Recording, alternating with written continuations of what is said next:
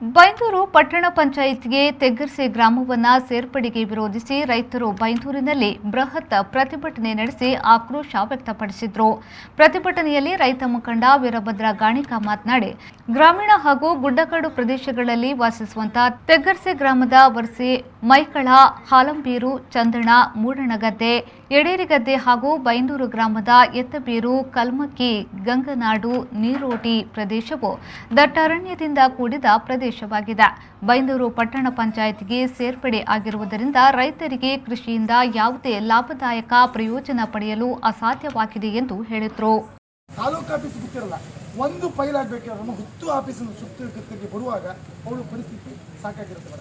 ಮತ್ತು ಈಗಾಗಲೇ 24 ಗಂಟೆ ರೈತರಿಗೆ ಕರೆಂಟ್ ಕೊಡಿಸ್ತಿಲ್ಲ, ಮನೆಗೆ 24 ಗಂಟೆ ಕರೆಂಟ್ ಇಲ್ಲ ಮೇಡಮ್. ಕರೆಂಟ್ ಬಿಲ್ ಮಾತ್ರ ಯೂನಿಟಿಗೆ 50 ರೂಪಾಯಿ ಹೆಚ್ಚು ಮಾಡಿ 1200 1,500 ರೂಪಾಯಿ ಕರೆಂಟ್ ಬಿಲ್ ಈಗಾಗಲೇ ಪಟ್ಟಣ ಪಂಚಾಯತಿ ಹೆಸರಿನ ಮೇಲೆ ಬಿಲ್ಲನ್ನು ಹೊಡಿತಾ ಇದ್ದಾರೆ.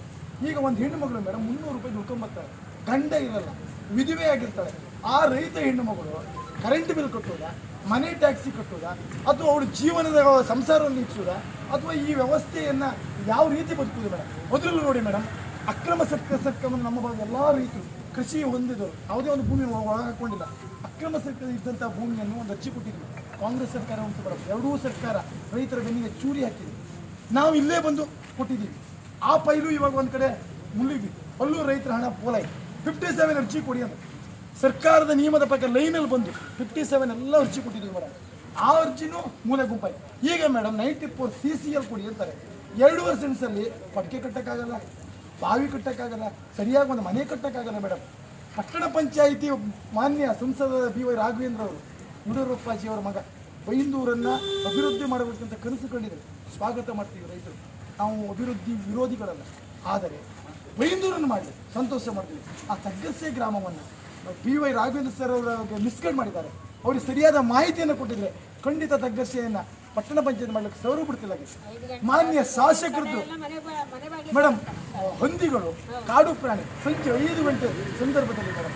ಅನಂತರ ಬೈಂದೂರು ಪಂಚಾಯತ್ ಸದಸ್ಯ ಗೋಪಾಲ್ ಪೂಜಾರಿ ಅವರು ಮಾತನಾಡಿ, ನಮ್ಮ ಗ್ರಾಮವನ್ನ ಪಟ್ಟಣ ಪಂಚಾಯತ್ಗೆ ಸೇರ್ಪಡೆ ಮಾಡಿದ್ದರಿಂದ ನಮ್ಮನ್ನ ಚುನಾಯಿಸಿದ ಮತದಾರರಿಗೆ ನಾವು ಕೊಟ್ಟ ಆಶ್ವಾಸನೆಗಳನ್ನು ಪೂರೈಸಲು ಕಷ್ಟವಾಗಿದೆ. ಪಟ್ಟಣ ಪಂಚಾಯತ್ ಆಗುವ ಮೊದಲೇ ಪಂಚಾಯತ್ ಕೈಗೊಂಡ ಕ್ರಿಯಾ ಯೋಜನೆಯಲ್ಲಿ ನಡೆಸಬೇಕಿದ್ದ ಕೆಲವು ಕೆಲಸಗಳು ಬಾಕಿ ಇದೆ. ಆ ಕೆಲಸಗಳನ್ನು ಮಾಡಲು ಸರ್ಕಾರ ಅವಕಾಶ ನೀಡಬೇಕು ಎಂದು ಆಗ್ರಹಿಸಿದರು.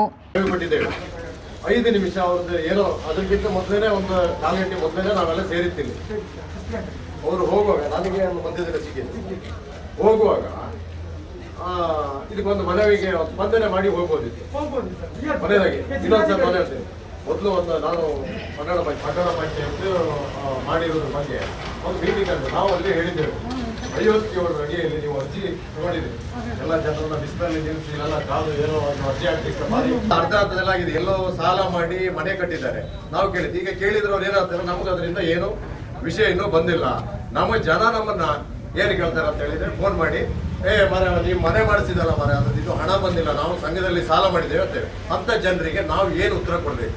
ನಮಗೆ ಕಾಲ್ ಮಾಡ್ತಾರೆ, ಯಾರು ಕೆಲಸ ಆಗಬೇಕು, ನಾವೇನೋ ನವೀನ್ ಸರ್ ಹತ್ರ ಬರ್ತೀವಿ, ಸರ್ ಹೀಗಿದೆ ಕಷ್ಟ ಇದೆ ಅಂತ ಹೇಳಿ ಏನೋ ಮಾಡ್ಸ್ಕೊಂಡು ಹೋಗ್ತೀವಿ. ಆದ್ರೆ ಒಂದು ಮೀಟಿಂಗ್ ಆದ್ರೂ ಇವರು ಪಟ್ಟಣ ಪಂಚಾಯತ್ ಆಗೋ ತನಕ ಒಂದು ಮೀಟಿಂಗ್ ಆದ್ರೂ ಮೆಂಬರ್ನ ಕರೆಯಲ್ಲ. ಈ ಸಂದರ್ಭ ಪ್ರತಿಭಟನೆಯಲ್ಲಿ ತೆಗ್ಗರ್ಸೆ ಗ್ರಾಮದ ರೈತರು ಪಾಲ್ಗೊಂಡಿದ್ರು.